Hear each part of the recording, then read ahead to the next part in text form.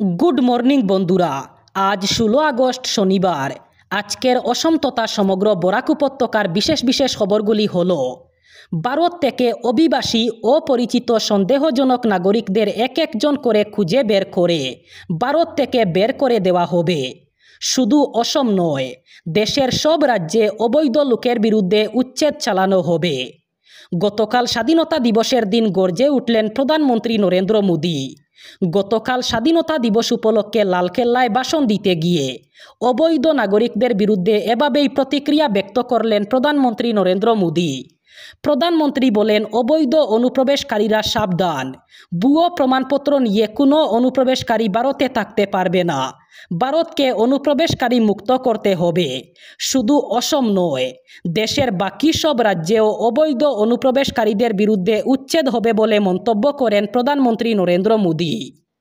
সরকারি জমি বেদখল করলে দায়ী হবেন জেলায়ুক্ত। জমি বেদখল হলে জেলায়ুক্তদের বিরুদ্ধে কঠোর ব্যবস্থা নেওয়া হবে। কোনো কারণে আপোষ গ্রহণযোগ্য নয়।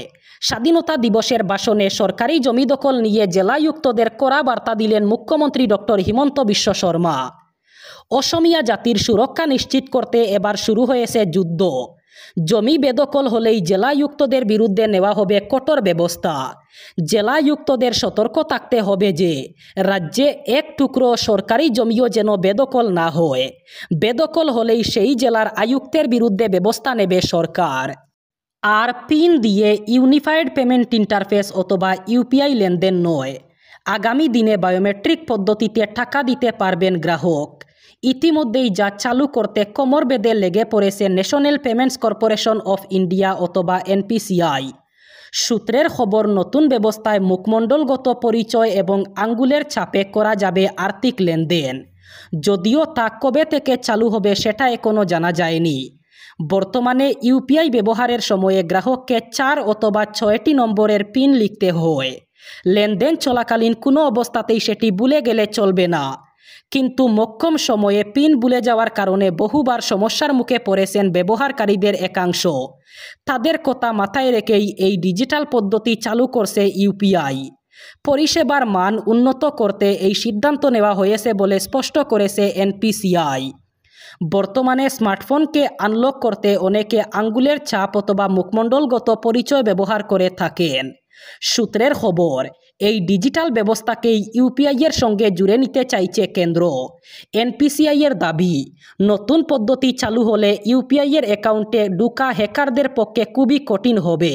পাশাপাশি লেনদেন হবে আরও বেশি সহজ এবং গতিশীল। তাৎপর্যপূর্ণ বিষয় হল, পেটিএম, গুগল পে এবং ফোনপের মতো অ্যাপগুলিতে বায়োমেট্রিক পদ্ধতি ব্যবহারের সুযোগ রয়েছে, যেখানে এবার মুখমণ্ডলগত পরিচয় এবং আঙ্গুলের ছাপের বিকল্প চালু করবে তারা। তবে এক্ষেত্রে একটি সমস্যা রয়েছে। ইউপিআই ব্যবহারকারীর ফোন হারিয়ে গেলে তার ব্যাংক অ্যাকাউন্টে উকিঝুঁকি মারার সুযোগ পেতে পারেন সাইবার অপরাধীরা। আর তাই ডিজিটাল পদ্ধতি চালু করার আগে দ্বিস্তরীয় নিরাপত্তা ব্যবস্থা সুনিশ্চিত করার কথা বলেছেন বিশ্লেষকদের একাংশ। জাতীয় পতাকা উত্তোলন নিয়ে প্রশাসন প্রতি বছরই নিয়মগুলো জানিয়ে দেয়, যাতে জাতীয় পতাকার অবমাননা না হয়। এরপরও প্রতি বছর কোথাও না কোথাও জাতীয় পতাকার অবমাননা ঘটে। না জেনে অথবা অসাবধানতার দরুন এমন কাণ্ডগুলো ঘটেই থাকে। এবছরও তার কোনো ব্যতিক্রম ঘটেনি। শ্রীভূমি এবং কাচারে গতকাল সকালে স্বাধীনতা দিবসে জাতীয় পতাকা উত্তোলনে অবমাননার ঘটনা।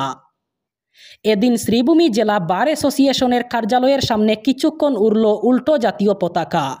স্বাধীনতা দিবস উপলক্ষে বার অ্যাসোসিয়েশনের সদস্যরা আনুষ্ঠানিকভাবে জাতীয় পতাকা উত্তোলন করেন। এরপর দেখা যায় পতাকা উল্টো।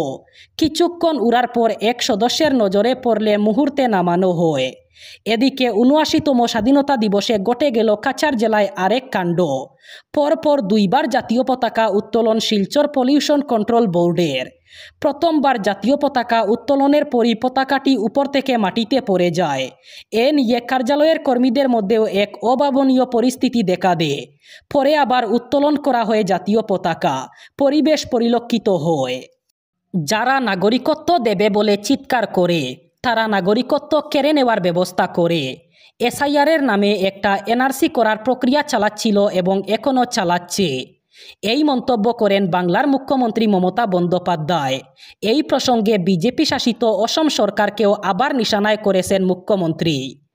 ভোটার তালিকার বিশেষ সংশোধন নিয়ে সুপ্রিম কোর্টে জোরালো ধাক্কা খেয়েছে নির্বাচন কমিশন। বিহারে এসআইআরে যে 65 লক্ষ নাম বাদ পড়েছে, তারা আধার কার্ড নিয়ে নির্বাচন কমিশনে অভিযোগ জানাতে পারবেন বলে জানিয়ে দিল সুপ্রিম কোর্ট। বাদ পড়া 65 লক্ষ নাম এবং নাম বাদের কারণ জনসমক্ষে প্রকাশ করতে হবে বলে নির্বাচন কমিশনকে নির্দেশ দিল তারা। ভোটার তালিকার বিশেষ সংশোধনের প্রতিবাদে শুরু থেকে সরব কংগ্রেস। সুপ্রিম কোর্টের রায় নিয়েও সরব হতে দেরি করেনি তারা। বৃহস্পতিবার মামলার বিচারপতি সূর্যকান্ত বলেন, 65 লাখের মধ্যে 22 লাখ মৃত। জীবিত এবং মৃতের সংখ্যা নিয়ে বিরোধ রয়েছে। একটি পরিবার কিভাবে জানবে যে তাদের পরিবারের সদস্যকে মৃতের তালিকায় ঢুকানো হয়েছে? বিচারপতি জয়মাল্য বাগচি কমিশনকে বলেন, স্বচ্ছতা ভোটারদের মধ্যে আস্থা বাড়াবে। আপনারা কেন বাদ যাওয়া ভোটারদের নাম কারণ সহ ওয়েবসাইটে প্রকাশ করছেন না? তাহলে তারা উপযুক্ত পদক্ষেপ করতে পারবে। এবার বরাক উপত্যকার 3 জেলার আজকের আবহাওয়ার খবর। আজ অর্থাৎ 16 আগস্ট শনিবার বরাক উপত্যকার 3 জেলায় গরমের সম্ভাবনা। আজ শিলচর কাছাড়ে সর্বোচ্চ তাপমাত্রা থাকবে 34 ডিগ্রি সেলসিয়াস এবং সর্বনিম্ন তাপমাত্রা থাকবে 26 ডিগ্রি সেলসিয়াস। শ্রীভূমি করিমগঞ্জে আজ সর্বোচ্চ তাপমাত্রা থাকবে 34 ডিগ্রি সেলসিয়াস এবং সর্বনিম্ন তাপমাত্রা থাকবে 26 ডিগ্রি সেলসিয়াস।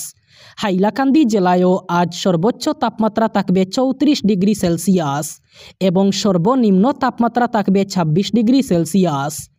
এই ছিল আজকের সকালের বিশেষ খবরগুলি। ভিডিওটি অবশ্যই লাইক করবেন এবং চ্যানেলটি সাবস্ক্রাইব করবেন।